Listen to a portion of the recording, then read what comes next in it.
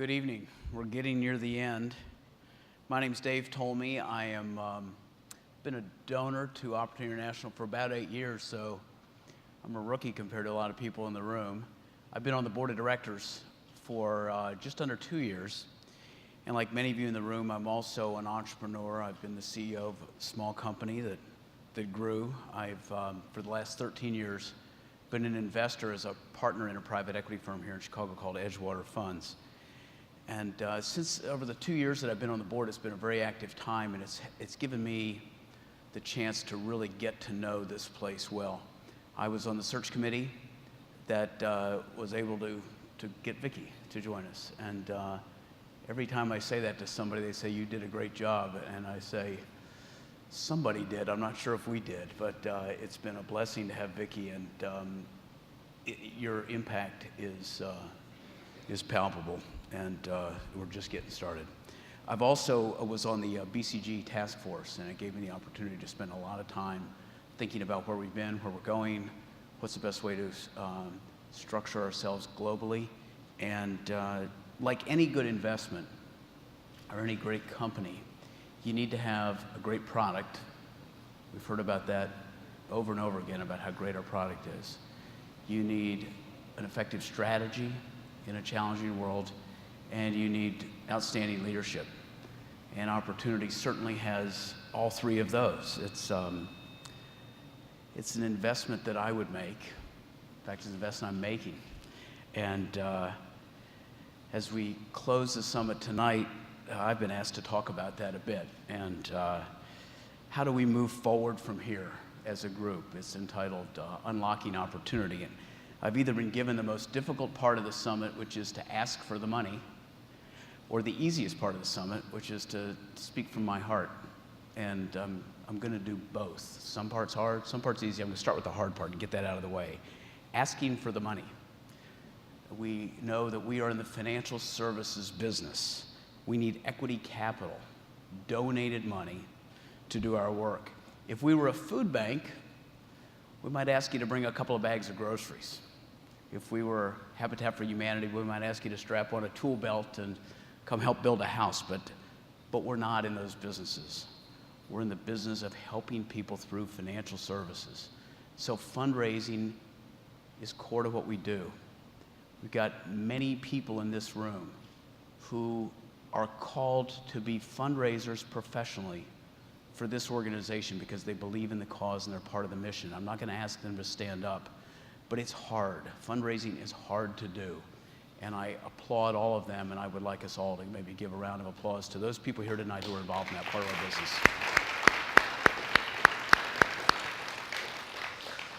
We all have competing calls for our money, whether it's day-to-day living, whether it's educating our own children, other charitable causes that mean a lot to us. You've got them, I've got them too. It's difficult. So why Opportunity International? Well, you've heard over and over again about return on investment. The $1 turning into $6, it's used over and over again. That in and of itself is a great return on investment. But as clients are able to go through some number of loan cycles and then sustain themselves for the rest of their lives, that's an incredible return on investment. I don't know how you do the math on that, but it's somewhere approaching infinity, I think. And the clients then reinvest in their families, and it's breaking their own cycle of poverty. The cycle of poverty, though, in our clients is not like the cycle of poverty we have here in the United States. It's different. It can be broken, and it is broken with each of these client entrepreneurs who are effective in their small businesses. So I'm not picking on all of you tonight. Others have been asked and others have stepped up. Our Opportunity International staff, for the first year ever, made the commitment to have 100% of the staff pledge their dollars to Opportunity International, 100%. The board of directors, of course, are all donors. And this year, many of the members of the board of directors are increasing their pledges from 50 to 100% on top of what they gave last year.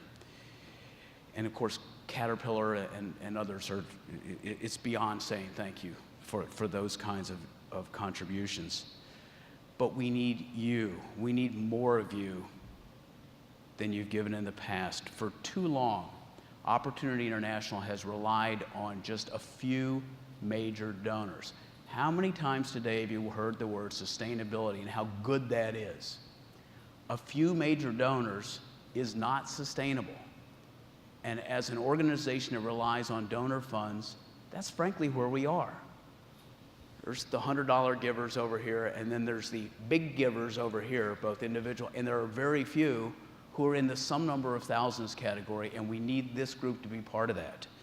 And I don't mean to be blunt, but it's not just survivability. We will survive, but it's reaching those 20 million people by 2020.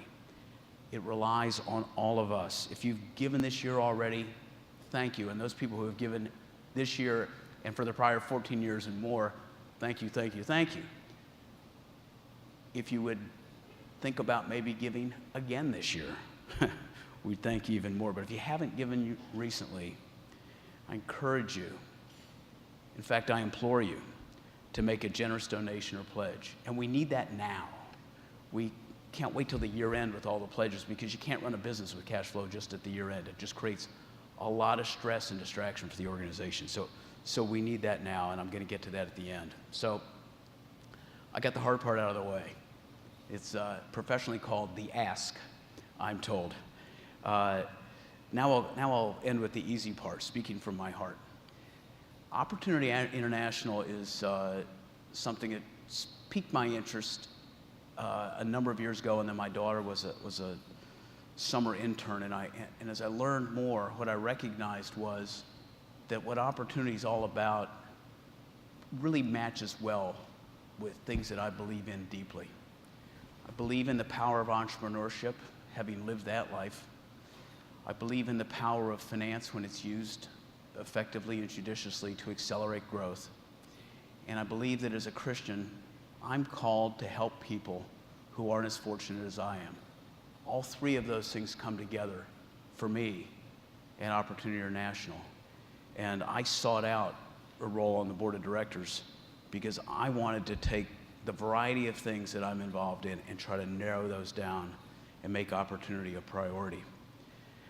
I've been to Africa 15 times in other parts of the world, and I've met people who are just trying to live their lives and are living on the $2 a day. And as has been said, Michelle mentioned it just a few minutes ago, you know, they are people just like you and me. There aren't jobs for these people. Tanzania, where I spend a lot of time, unemployment is immeasurable. It's somewhere between 60 and 80%. You've got to be an entrepreneur if you're going to make a living, if you're going to put food on your family's table, if you're going to educate those children. They still have dreams. They have concerns for their family. They get frustrated and scared too, just like we all do when things don't go well. We were born here. We've all taken advantage of opportunity that we've been given, which is why we have the opportunity to be here tonight. We just need to give them the opportunity. I've met with dozens of clients. I've talked to them. I've visited their businesses.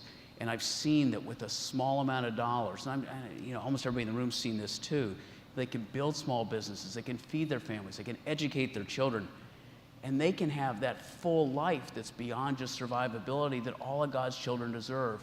And Opportunity International is making that happen. So that's it. That's the pitch. I believe in Opportunity International, and I know that it works. I'd like the staff to pass out the materials because we're going to do a little group exercise here. What you're going to be receiving are pledge or commitment packets. I learned years ago, if you don't ask, you're going to miss an opportunity. So I'm going to ask and hope that it turns into an opportunity for you and for our organization. As we ask for your financial support, you may wonder, well, how much should I give? More is always better than less. But I'll come back to your question, that question, with a few questions of my own. How does Opportunity International align with your personal mission? Is it close? Do you believe in the power of entrepreneurship? Do you believe that you're called to help people help themselves? Do you believe in sustainability? If so, hopefully this will be a top priority for you. How many people do you want to help?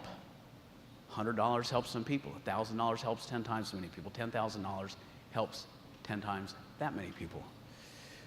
Can you make a multi-year pledge? Can you make a commitment? Can you help Opportunity plan for the future rather than living year to year on the fundraising? All of those things are important. A $5,000 donation will entitle you to join the governor's community. I know many people here are part of that board of governors that Karen is leading. So we've got staff members that are ready to help you tonight or at any time. So what I'd like to ask you to do is look at these materials and do one of two things, both of which are a commitment. Either tonight, commit to a gift. Fill out the card. I'm told give it to Allison. Is that right? Allison, would you yell? Where are you, Allison? You're the most important person in the room right now, so I need you to come up here so people can see you. Please find Allison, but there are plenty of people who take these pledge sheets. Either, I'm asking, either fill out that tonight, or would you, if this is something you want to think about, that you want to talk to family members about, commit to give it prayerful consideration, because we need substantial donations. We need to move beyond this very narrow base of significant givers and enable the organization to have clarity to fulfill its own goals, just to transform millions and millions of people's lives over the next few years. So with that, I'm going to close. I want to, I've got really the honor on behalf of the staff and the board and the millions of clients all around the world to thank you for your financial donations, to thank you for your gift of time, to thank you for your gifts of prayer, and for all that you do for Opportunity International. And I hope that as we grow, your participation in all ways can continue to grow with it. Thank you very much.